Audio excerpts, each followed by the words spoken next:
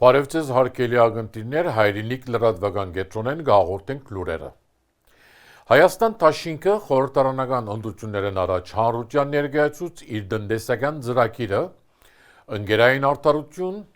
եւ բարեկեցություն խոստանալով։ Ծրագրի մեջ դեր կդածեն քնաջին դեմ պայքարելու միջոցներ, դոշակներու եւ աշխատավարձերու բարձրացմամբ, առողջապահական անտերի համագարկ, ինչպես նաեւ Դարեգան մինչև 45,000 աշխատատեղիներու ստեղծում։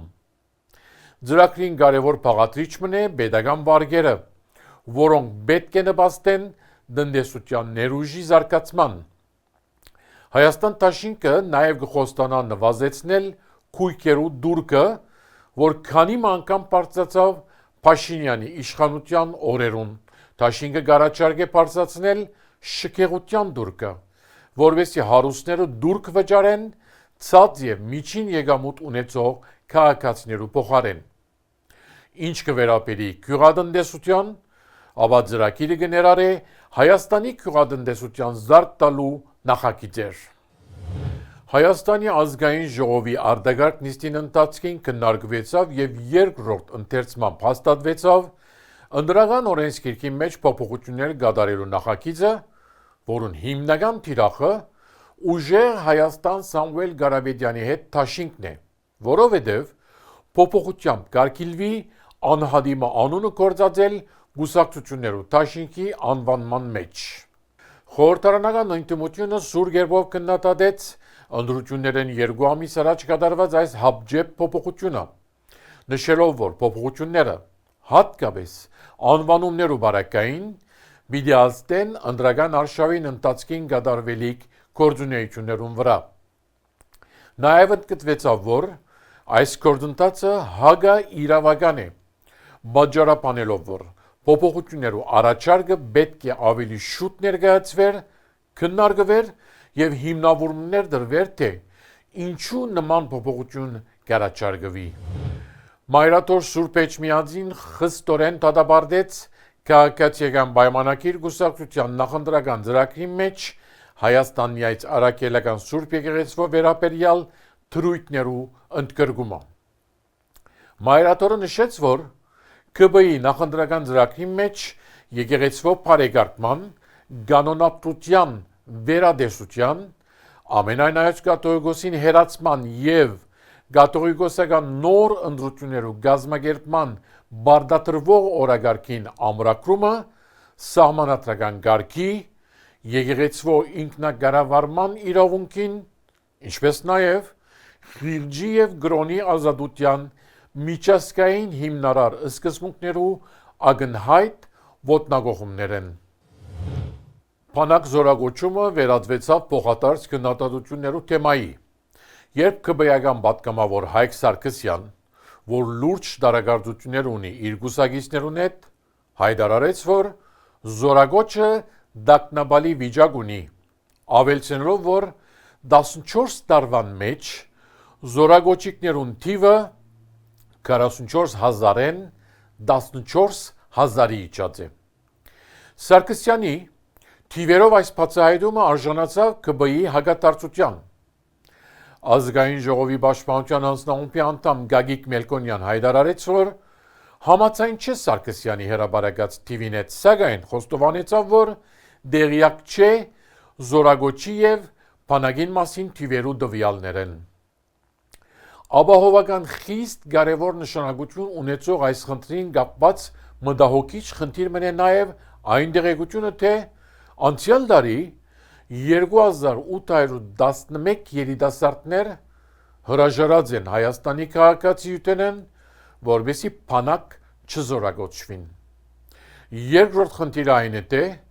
մայրաքաղաք Երևանի մեջ ապրող յուրաքանչյուր 1000 երիտասարդներեն միայն 100-ը բարդատիր ծառայության կմեկնի։ Դեղին է նշել, որ Հայկ Սարգսյանի ներկայացված նախագիծը զորագոչեն խուսափողներու համար ավելի խիստ կարգավորումներու մասին մերժվեցավ ԿԲ-ականներուն կողմէ։ Իր գարկին Հայաստան խմբակցության պատգամավոր Գեղամ Մանուկյան համոզում հայտնեց, որ Զինվորական բարդատի ծառայության ժամկետը գրջադելու որոշումը դակնաբը առավել գխորացնե։ Զարգազարդի Սուրբ Պատարագին ընթացքի Նիկոլ Փաշինյանի տիկնաբային կողմէ հարվածը ստացած 18-ամյա աշակերտ Դավիթ Մինասյան, որ առողջական լուրջ խնդիրներ ունի, 2 ամիսով գալանավորվեցավ եւ փան փոխադրվեցավ, ենթադրյալ այն մեղադրանքով թե ցերկ բարձրացուցած եւ փորձած է հարվածել Նիկոլ Փաշինյանի։ Մինասյան փանդեմ փոխադրվեցավ նախ վերագենտանացման բաժանմունք, ապա հիվանդանոցային սենյակ։ Անոր մոր արգիլված է իր զավգին հետ տեսնվել, իսկ Դավիթի պաշտպան փաստաբանները, որոնք իրավունք ունին իրենց պաշտպանյալին այցելելու, զայն կխնամեն եւ կգերագրեն հիվանդանոցի մեջ։ Դավիթ Մինասյանի գալանավորման որոշումը փոխելու բողոքին քննությունը վերակնիչ ադյան հասած է, սակայն հստակ չէ թե երբ է դատական նիստին թվականը։ Ավելի ուշ բժշկական քննությունները ցույց տվին, որ Դավիթ Մինասյան ուղեղային ցնցում ստացած է Փաշինյանի տիկնաբային հարվածին պատճառով։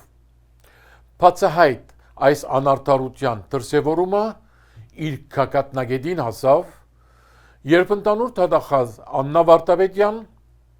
մերժեց գիրառել իր բացարիք լիազորությունը եւ փոխել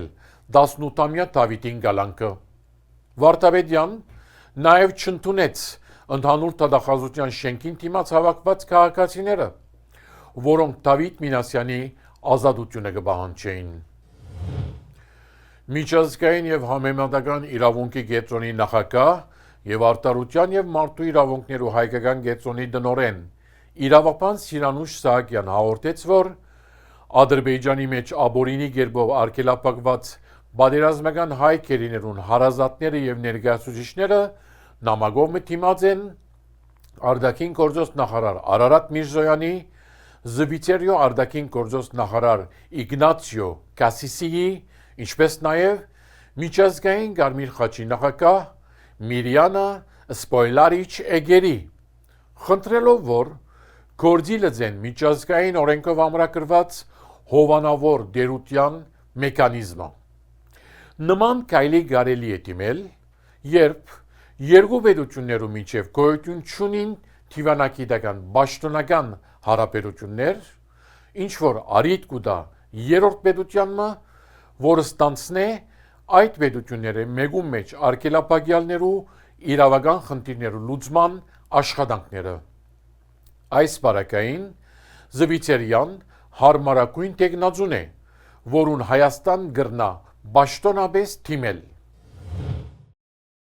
Երևանի հանրային փոխադրության համագարկը դարձյալ կգտնվի դակնաբալի իրավիճակի մեջ, որովհետև ԿԲ-ական քաղաքապետ Տիգրան Ավինյանի որոշումով այսուհետև վարորդներն են, որ պիտի կատարեն ուղևորներին կանցումները, ինչ որ պատճառ կդառնա ուշացումներու, վեճերու, թշկողություններու եւ բորչդուկներու։ Երևանի քաղաքապետական իշխանությունները անցյալ տարի մեծ աղմուկով հանրային փոխադրակարգերու ուղևորներուն վճարումներուն հսկելու գործը հանձնեցին հատուկ հսկիչներու, դուկանքներ նշանակեցին եւ վարորդները զերծ պահեցին կանցումներու բարդավորութենեն։ Սակայն քանի օր առաջ Ավինյանը սպառնաց վարորդներուն, թե անոնց աշխատավարձերեն պիտի զեղչվի ուղևորներեն չկանցված գումարը։ Ավինյանի այս հայտարարութենեն ետք իսկական խառնաշփոթ վիճակը ստեղծվեցավ հանրային փոխադրակարգերու մեջ։ Միացյալ Նահանգներու միջազգային կրոնական ազատության հարցերով անձնախումբին այս տարվան զեկույցը կանդրադառնա Ադրբեջանի կառավարության կողմէ կատարված կրոնական գոբիթ խախտումներուն, նշելով Արցախի հայկական կրոնական եւ մշակութային ժառանգության ոչնչացումը։ Հանձնախումբը գայտնի, որ Արցախի եւ հարագից տարածքներում մեջ գտնվող պատմական հայկական կրոնական վայրերը վտանգի տակ կգտնվին։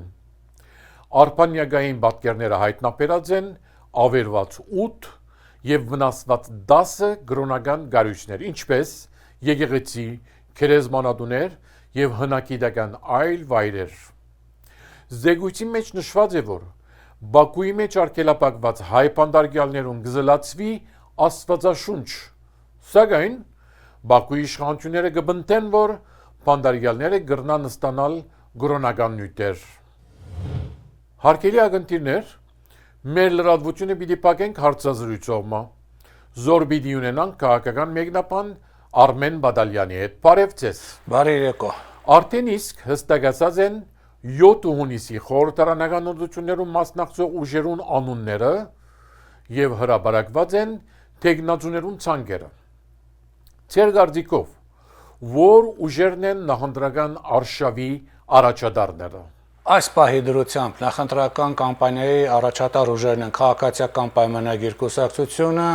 ուժեղ Հայաստան Սամվել Կարապետյանի հետ, բայց օրենքի փոփոխության հետ կապված ասենք դեռս ուժեղ Հայաստան դաշինքը եւ Բարգավաճ Հայաստան կուսակցությունը։ Ուրիշ ուժեր այս պահի դրությամբ արևմտամետ դեռևս մենք չենք տեսնում, որ բավական ազդեցիկ լինեն։ 4 ուժն են։ Եթե ընդունենք, որ բոլորին գրանցելու են։ Շատ են խոսակցությունները ընդդիմության որոշ ուժերու մասնակցության բարակային ընդրողներու քվեներու փոշիացման եւ իշխող ուժին վերընտրության վտանգին մասին։ Ձեր կարծիքով այս վտանգը որքան իրական է եւ քվեներու ինչպիսի հարաբերակցության բարակային խորհրդարան չանցնող ուժերուն քվեները պիտի չազդեն ազգային ժողովի մեջ ուժերու հարաբերակցության վրա։ Ամեն դեպքում կանցնեն, այո, ինչպես միշտ Հայաստանի Հանրապետության ազգային ժողովի նախորդ բոլոր ընտրություններին, սկսած 1995 թվականից միշտ էլ եղել են ուժեր, որոնք շատ քիչ տոկոսանություն են ունեցել, չեն հաղթարել շեմը եւ այդ չանցնող ձայները համաչափ ձևի, ու դա արդեն կախված է մասնակցության քանակից, այլ ուժերի ստանալիք ձայներից եւ այլն, գնացել է մեծամասամբ տվյալ պահին իշխող քաղաքական ուժի օգտին։ Այս պահի նույնպես կան նման ուժեր, որոնք հասկանալի է, որ չեն անցնելու խորհրդարան, շատ չեն այս պահի դրությամբ, բայց այնուամենայնիվ իմ հաշվարկում մոտավորապես 4-5 ուժ կա, որոնք չեն անցնում, բայց նրանց ձայները գնալու են խորհրդարան այն քաղաքական ուժի օգտին, որը կստանա մեծամասնություն։ Չեն կարող ասել, թե այդ որ ուժը կստանա մեծամասնությունը, որտեղ կլինի քարոզություն, բայց այնուամենայնիվ իշխող քաղաքական ուժի օգտին նույնպես ձայներ կգնան։ Խորհրդարանական ընտրությունները պիտի կայանան շրջանի մեջ արձանագրվող աշխարհակահաղական փոփոխություններու պայմաններու մեջ, որոնց օրինակներն են Փաշինյանի Մոսկվա այցելության ընթացքին նախագահ Պուտինի նախազգուշացումները եւ Իրանի դեմ պատերազմին լուծման հավանական հետևանքները։ Այս իրադարձությունները ինչ չափով կազդեն հայ ընտրողներու վրա։ Մեծապես կազդեն, որովհետև երբեք չի եղել, որ Հայաստանի Հանրապետության ընտրությունները վերածվեն Եվրոմիություն, Ռուսաստան բախման կիզակետի։ Իհարկե նախկինում էր թե Ռուսաստանը, թե Արևմուտքը այստեղ ունեցել են իրենց ֆավորիտ քաղաքական ուժերը, բայց այս անգամ դա բացահայտ է նկատվում, որովհետև Եվրոմիության բարձրաստիճան ղեկավարներից մեկը, նրանց արտաքին գործերի նախարար, այսպես կոչված Կայա Կալասը բացահայտ ասել է, Հայաստանում կիրառել ենք մոլդովական սցենարի, որոնց համար գումարներ ենք տրամադրելու եւ արագ արձակակման ուրեմն խումբ ենք ուղարկելու այստեղ հիբրիդային պատերազմի կամ հիբրիդային գրոհների դեմ պայքարելու համար։ Միաժամանակ նաեւ Ռուսաստանի դաշնություններ վերջին ձերթվարկած հանդիպման ժամանակ նշեց, որ ռուսամետ ուժերը պետք է որ ազատ արդար ընտրություններին մասնակցելու հնարավորություն ունենան։ Եվ այս երկու ուժերի բախումը ցավոք արտահայտվելու Հայաստան Հանրապետության տարածքում ուղղակի ընտրությունների ձևով Ուկրաինայում դա ռազմական ճանապարհով, Հայաստանում քաղաքական բախման ճանապարհով։ Միաժամանակ Իրանը ենթադրաբար անմասն չի մնալու Հայաստանի խորհրդարանական ընտրություններին, որովհետև ինքն էլ իր վերապահումներն ունի եւ դա ամեն ինչը ազդելու է տարբեր ձևերով, PR կամպանիայի ձևերով, միգուցե տնտեսական պատժամիջոցների, նաեւ շատ այլ գործոնների միջոցով ազդելու է ընտրողների վարկ ու կանոնի վրա։ Շնորհակալություն։ Հարգելի ակնթիրներ, մեր զրուցակիցներ քաղաքական մեկնաբան Արմեն Բադալյան։ Այսպիսով մեր հաղորդումը կհասնի իր ավարտին։ Կաշապատ նոր հաղորդմամբ կհանդիպինք։ Ցտեսություն։